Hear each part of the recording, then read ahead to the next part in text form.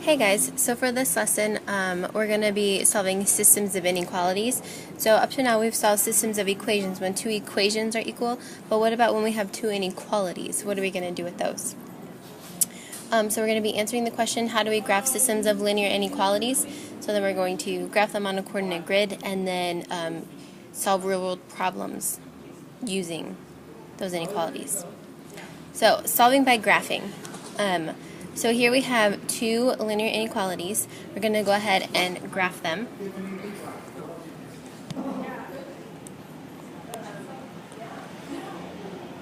So I'm going to make an XY table. So the first one, that's pretty easy. Oops, I need to put some...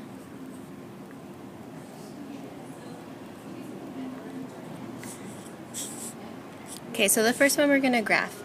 Our y-intercept is 1, so we start up at 1. Our slope is -1/2, so we're going to go down 1, to the right 2. Now, are we going to make a solid line or a dashed line? Because of the equal sign, we're going to make a solid line. Now, if it says that it is greater than this line, where do we shade? We shade the upper portion. Okay, and then our other equation is 2x minus y equals -3. So to do this one, I'm just going to put it in slope-intercept form. So -y is greater than or equal to -2x minus 3. So y is less than or equal to 2x plus 3. So I'm going to start at 3 and go up 2 over 1. Connect the dots. Okay, and then if it's less than, which area would we shade? We would shade this below. Okay, so I did this just to show you, but what your answer would be is this right here where they overlap. See how blue and yellow make green? My brain some days. So this is actually your answer right here. So this entire region that's bounded by both.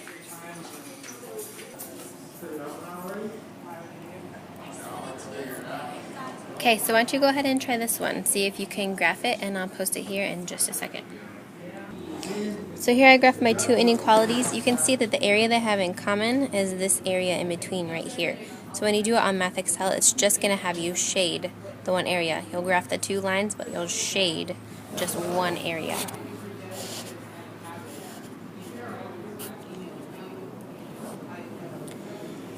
Alright, so say you're fundraising and you are sponsoring a concert and you want to raise at least $30,000 for youth services in your city. If you want balcony seats, those are $20, and orchestra seats are $30. And you only have 30 orchestra seats available, so how much must you sell of each type of seat in order to raise that $30,000? So we're going to set up variables. So we know that it's $20 for balcony seats plus $30 for orchestra seats, and we want at least $30,000, but we can only sell 500 orchestra seats because that's all we have available. So if we let X be the number of orchestra seats and Y be the number of our balcony seats and Y be the number of orchestra seats, we can set up two equations. One of them is going to say that our balcony seats plus our orchestra seats has to be at least $30,000, so $30,000 or greater. But we also have to restrict how many balcony seats or orchestra seats we can sell because we only have 500 available. So these are our two equations. So I'm going to go ahead and write them up here at the top. That way when I switch screens we can still use them. 20x plus 30y is greater than or equal to 30,000. And y is less than or equal to 500. I'm going to go ahead and switch over. There we go. To this. Now, we need to be able to graph this. Are we going to have negative seats or negative monies? No. So I'm just going to go ahead and just make positive. Okay. So here on the bottom, X represents our balcony seats, and Y represents our orchestra seats. So when we go ahead and graph this, I'm going to go ahead and just go by hundreds of seats. So 1, 2, 3, 4, 5, 6. I'm just going to go up to 600 here so that we can see it all on the graph.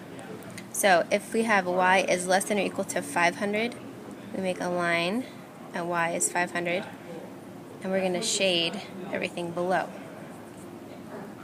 Now for our balcony seats, we need to go by, I don't know, let's say we go by 100 here too. 1, 2, 3, 4, 5, 6. Make this also 600.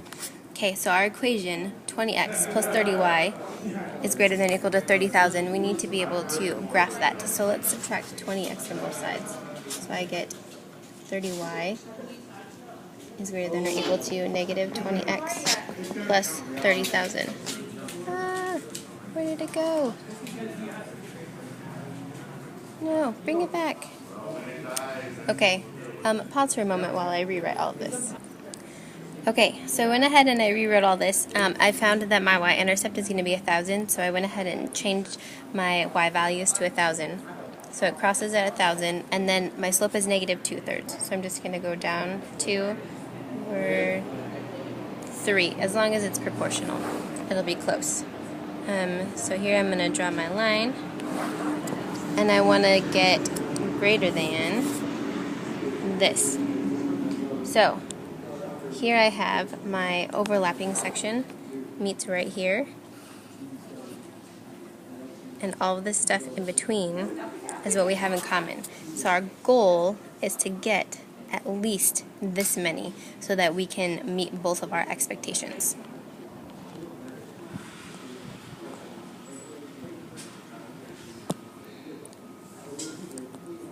Alright, and then when we do absolute values, it's just the same thing. So we're going to take a little bit of what we did in Chapter 2 and just kind of shove it all together.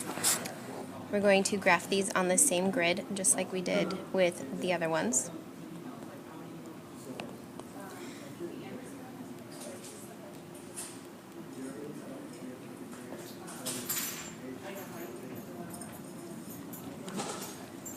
Alright, so here I have y is less than or equal to 3, so I'm going to go on the y-axis to 3. And then it's going to be, I'm just going to make a little notation that it's everything below here. Okay, now when we graph the other one, y equals absolute value of x minus 1. What does this minus 1 do? It moves the graph right 1. So we're going to be here, actually. And then our slope is up 1 over 1. These are both solid lines. Okay, and then for this one, it's everything that's greater than this graph, so it's going to be everything this way.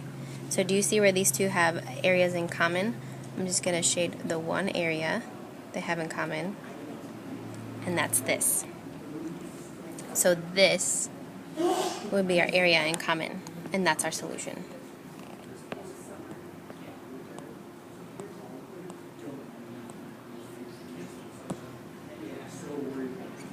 Alright, I want you to do this last problem right here as your lesson check problem. I want you to graph it, compare it with your partner. Your homework is to do lesson 3.3 and then also do the mid-chapter quiz because we're going to be taking a quiz on Friday. So, hope you have a great day and see you tomorrow.